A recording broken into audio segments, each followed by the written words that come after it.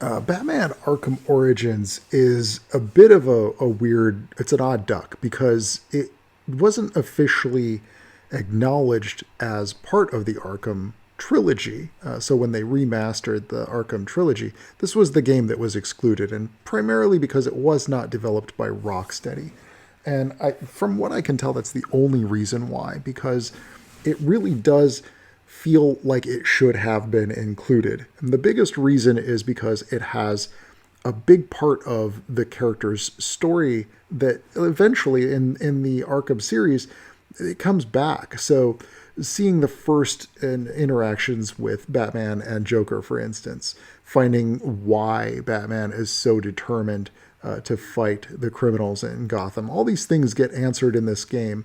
And so it does beg the question, is this game worth playing? I mean, the Arkham series itself has sort of run its course. At this point, the Rocksteady team is already moving on to working on the Suicide Squad, and it's pretty much in their past. This is no longer their sort of their baby that they're clinging to. They're trying to move on to new things, and if I'm not mistaken, they've got another entirely new game in the works that is not related to Batman at all. So, for my part, I just recently played through this entire game. The main story is what I played through. There is a ton of DLC for this game. But all of this is fresh in my mind. I wanted to just get out a lot of the things that I really loved about it and a lot of the things that, maybe there's a few things that really did bug me about this game. But I will say this. As a comic book fan, Batman is freaking awesome. I don't buy a lot of comics these days, but I grew up on reading Batman comics during the whole Dark Knight thing, right as Michael Keaton was Batman. That gives you a little idea of like how far back that goes. I was a little kid, but this is by far, I think, the coolest Batman universe is the Arkham universe, and seeing these extremely dramatic moments between Bruce Wayne, well, I guess as he's Bruce Wayne and also Batman, between him and Alfred, I mean, it sets up such a relationship that makes you really begin to care about these two characters as humans, not just as entities or avatars, but as humans who are fighting and they have a struggle. And Batman is mortal in this game. You are constantly reminded. And I would venture to say that the biggest reason to play this game is the story, although the combat is exactly what you expect. They are utilizing that same engine that they used in oh my gosh, now at this point, they use the same engine in Mad Max. They use the same engine in several other games, but also throughout, of course, all of the Arkham games. And would I put it at a top of a list? Not necessarily. This is a game that I would highly recommend to people who are Batman fans, but I would almost recommend it a little bit lower down the list than what I might recommend if I were to say, play Batman Arkham Knight, for example, which is a much more expansive city. You get to drive the Batmobile, and the whole city is a bit of a puzzle, and also that's available on more current generation platforms. However, that said, Arkham Origins is available on PC, and if you are going to play it, that's probably the most accessible way to play it. But you are going to need a controller for that, because PC controls for a game like this, not super cozy, not super friendly. So, but you could probably bump up the graphics very nice, get a good solid frame rate, and I cannot confirm whether or not you will get less bugs. And that is what leads me to my big complaints about the game. I had one game-breaking bug where I was about to fight Firefly, and I climbed up. I was about to take out the fourth bomb, and there's a mob of thugs, and I jumped into the group of the thugs thinking I'm ready to fight, and I had somehow tripped up the triggers and got myself into a situation where either I couldn't punch or they couldn't punch me. They just swarmed around me, taunting me. And that kind of just put the kibosh on that whole episode. Fortunately, it was the end of an episode, but at the same time, that could be really frustrating. And it wasn't the last time it was not the last time that I ran into some game-breaking bugs or bugs that really left me wondering why would a game of this caliber have some of these kind of fatal issues that it should not get past any reasonable, respectable playtesters? And it's a bit of a shame because the world itself is freaking amazing. There's so much going on here, just in terms of the verticality of the buildings. The whole city itself is a puzzle. There was another glitch, though, where early on in the game, in fact, the very first mission, it sets a waypoint for you on the map, and that waypoint, after completing the mission, did not disappear. And that really tripped me up. And it set the tone for me to wonder, when I couldn't figure out a puzzle, was it because the game was glitched? And I had to keep double checking with, I had to look it up from time to time. Am I going down the right path, or is it just that the game is glitched? There's also one designer that let's just say that he maybe got in because he was the son of somebody who knows somebody or something, because this particular designer is possibly on the payroll of the competitor of this game studio, because there are some game design decisions that are completely ass backwards. My number one pet peeve in any video game is if you give the player like 50 doors to walk through, and they all look the same, but some of them are accessible and some of them are not. That is a big game design faux pas in my book, because it confuses the hell out of the player. If you're looking for the exit to a building or a room or a dungeon or a cave, because this is an open world game, but it has some dungeons, so to speak, that are just self-contained areas. If you're looking around for a door and you can't find your way out, you're going to get lost. And getting lost was something I did probably about 10 to 15 times in this game. What they needed was to have an exit near the point of exit of a stage. And if you have doors, have those doors look different if you can actually open them. And if you can't open a door, block it up, seal it up. Don't even imply that the player should check that door. Instead, I found myself running up to every door and checking to see if that was the one I could interact with. And this wasn't the last time that they did that either. There was another instance where you're fighting a boss and you have to use a grappling hook to pull them down, and it changes the button combination. It's telling you, hey, grapple the boss, but the button combination you normally do to grapple a boss is not the one that they want you to do in that moment. They give you a prompt for a different grapple button. So that was a big faux pas as far as I'm concerned as well. As far as the linear progression of the game, it is an RPG in the sense that you're beating up enemies and you're collecting XP, and then you become stronger and you use that XP to unlock, you get skill points, and then you use them to unlock new abilities and upgrade your batarang and some of your contraptions and gizmos and such.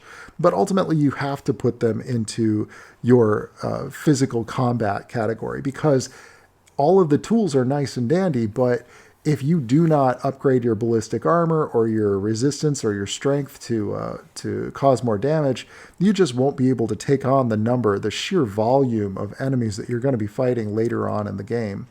And man, there are a lot of them, but I will also say that they aren't a new kind of variety from anything that you might have played in any of the other Arkham games. For example, you have your standard shield enemies, thugs, and you also have your baton-wielding thugs. But they do give you some interesting new weapons in this game. So, for instance, you do get the shock gloves, the shocker gloves. And these are huge. I had a lot more fun when I had the shocker gloves, because it basically does a little bit more damage, and it allows you to breach through both the baton-carrying enemies and the shield-carrying enemies. There were also some sort of big thug type of dudes. I think that was a little bit different than some of the other Arkham games as well. But those aren't as fresh in my memory. I played them a few years ago when they released the Arkham trilogy. I believe it was a trilogy collection for the PS4. And this was one that I had just never played. So again, it kind of comes back to that, if you felt that you needed more, if you were like, hey, I'm not so sure if maybe this lives up to the standard of the rest of the Arkham games, I would say that it's a very damn close in terms of the quality. In terms of the game itself, just overall, the music is absolutely incredible across the board. This is the kind of game that you listen to the soundtrack when you're working, when you're thinking about the game, and you can't wait to get back to it. It's that good. The story, the dialogue, the vocal performance, oh my gosh, it's so good. And I would say that in some ways that almost saves the game, and it's worth at least watching the story, all the cutscenes.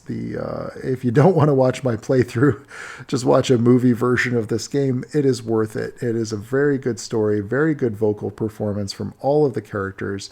If you watch my playthrough, you're going to get a lot of bonus scenes because whenever Batman dies, you see a taunt from whatever boss you're working towards.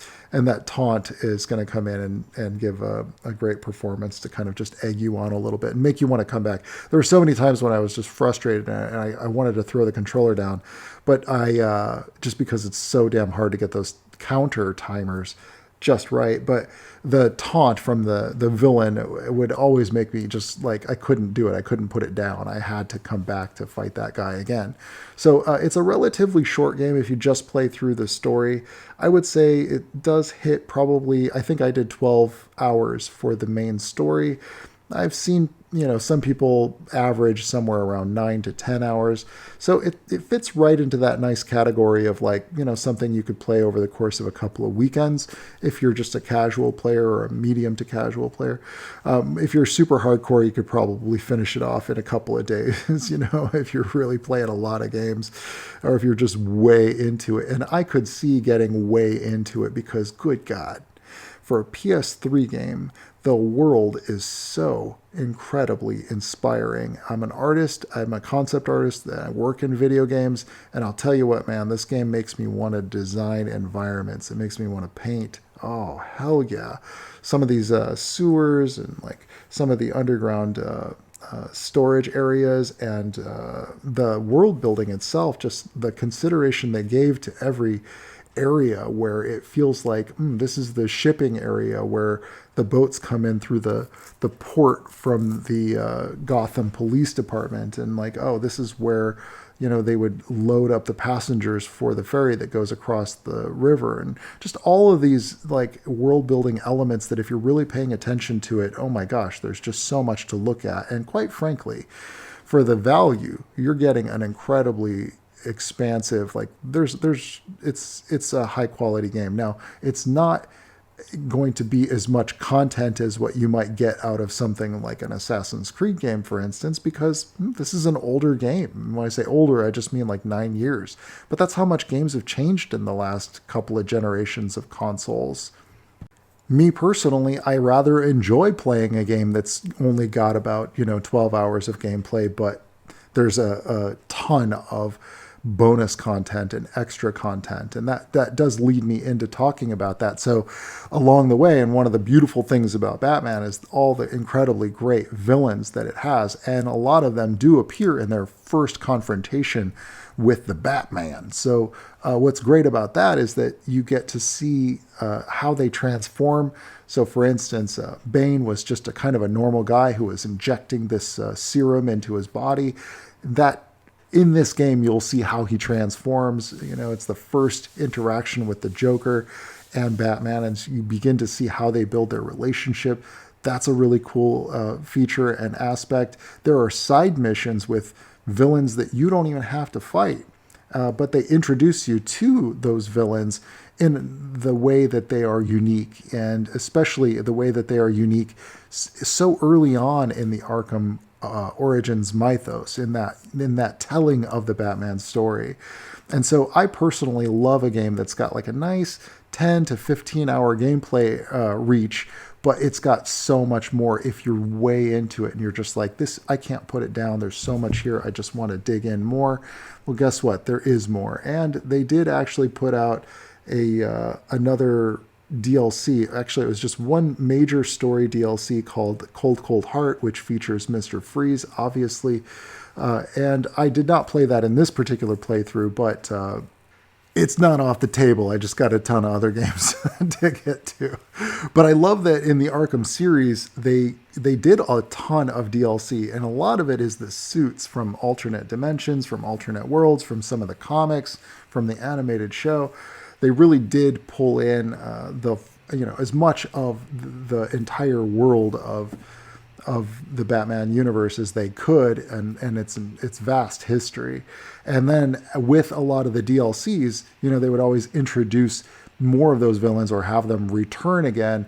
And it's really nice if you can play them in sequence. But I think most people would end up playing Arkham Origins maybe last because it's not included in that remaster collection. Some other frustrations were a little bit of that old school PS3 kind of parkour problem. So Batman has a lot of mobility. He can grapple across from buildings and then launch himself into the sky and then glide. But sometimes you find yourself grappling onto the wrong thing, or if you're in motion, you might move and unlock from the grappling point and then you fall to your death. There's a little bit of those kind of frustrations. These are things that they ended up ironing out a lot better in later installments in the Arkham series.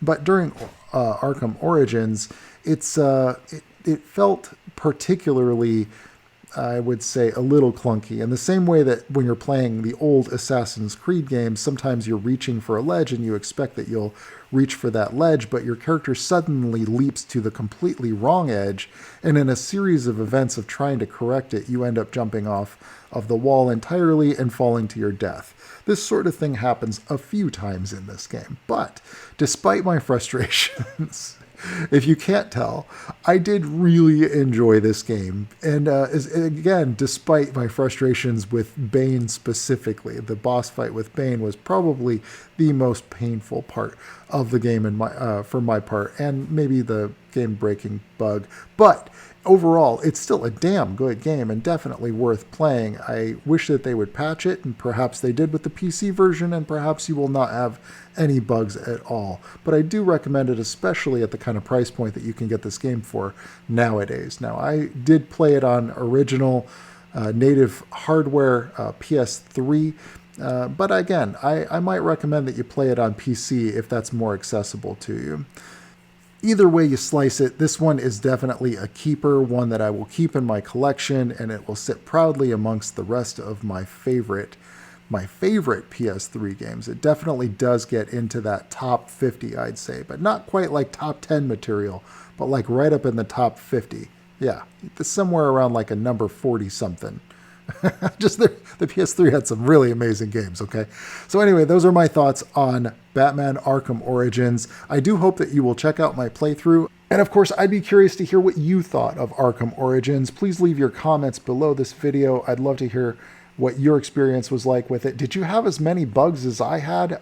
Did you find that it was easy to do the counter combos? Because I felt like my fingers just turned into sausages at some point, and I could only play it in 1 hour sessions or so because my fingers just started to fall apart from all the button mashing. And perhaps I just play the game wrong. Let me know in the comments below. I'd love to hear either way. As usual, thank you for stopping by, and I'll see you in the next one.